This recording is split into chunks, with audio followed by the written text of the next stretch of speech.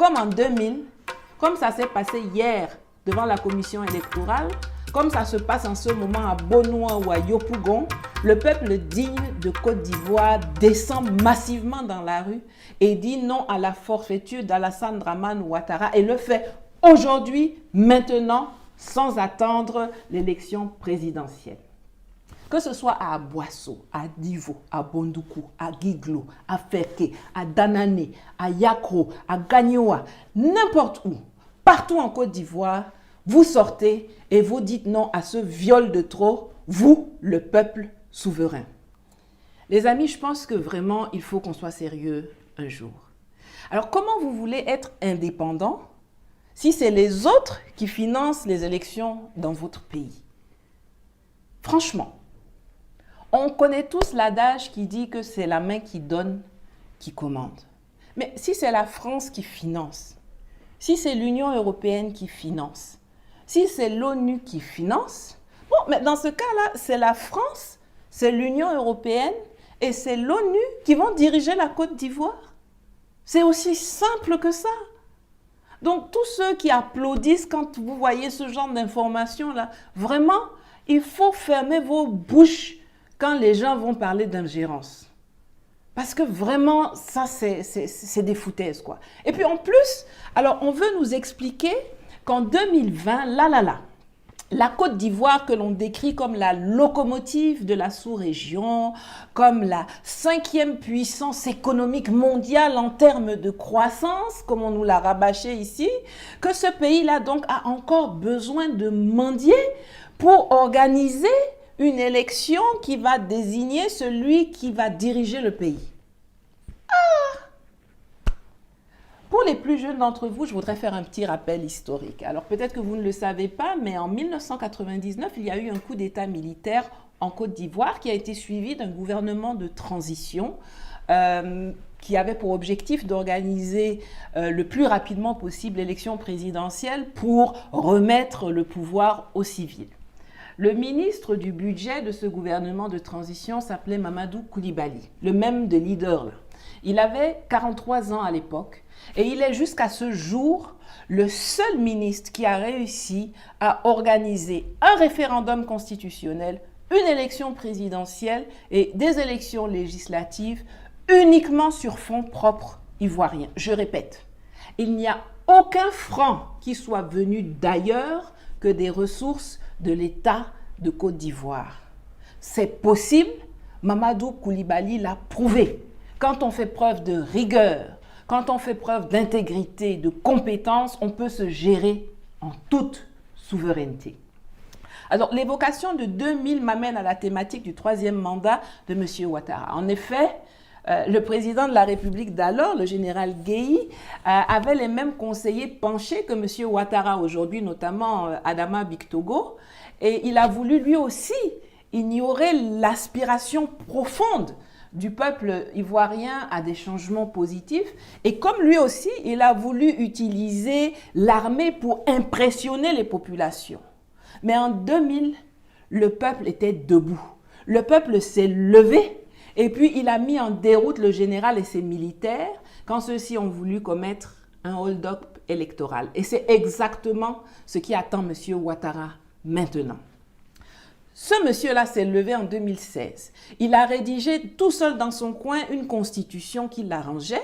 Il l'a imposée au peuple de Côte d'Ivoire dans la violence. Et je sais de quoi je parle parce que mes amis et moi, à l'époque, on s'est fait gazer, tabasser, malmener, arrêter par les milices de Ouattara et les forces de l'ordre qui obéissaient à Ouattara les yeux fermés. Mais on a lutté sans relâche contre cette constitution.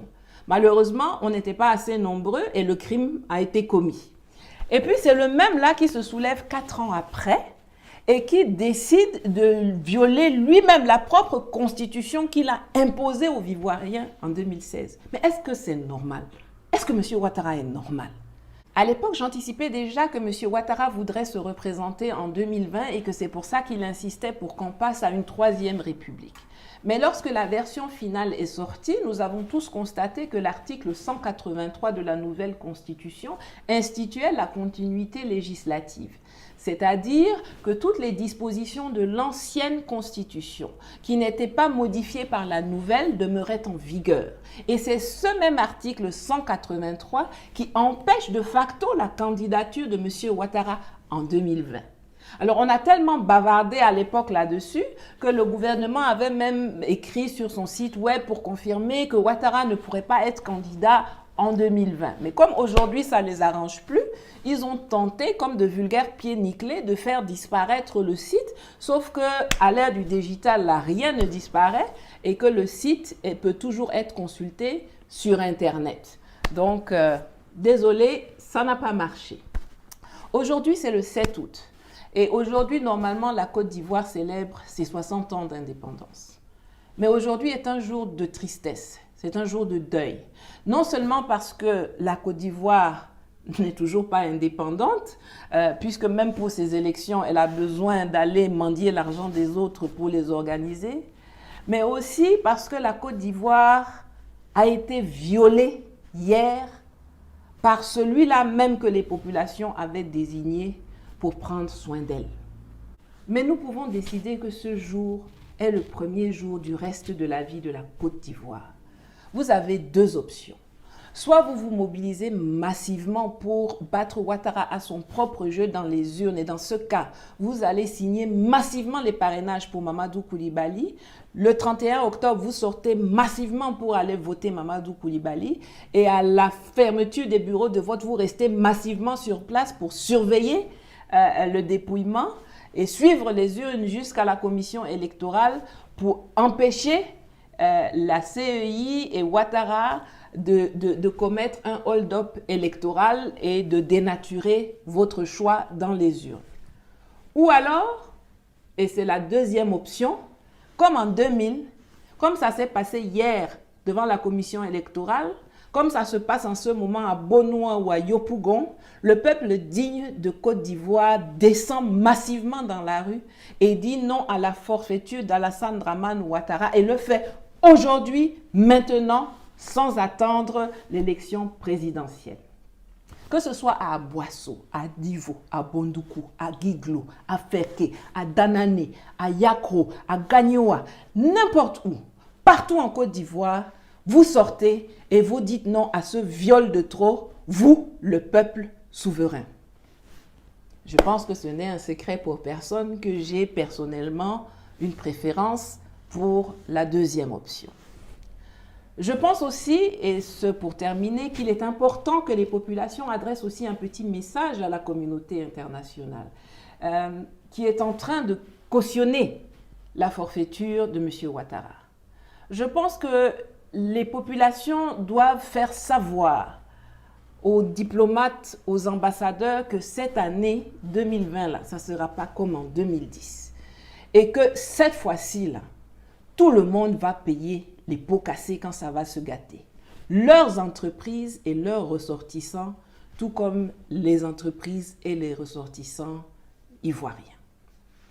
Parce qu'il n'est pas acceptable que vous veniez mettre le bordel dans les pays africains, mais quand on compte les victimes, vous n'êtes jamais dedans.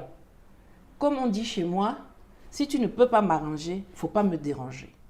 Donc, ceux-là, ils n'ont qu'à prendre leurs milliards et aller donner ça à leur population là-bas qui en ont bien besoin.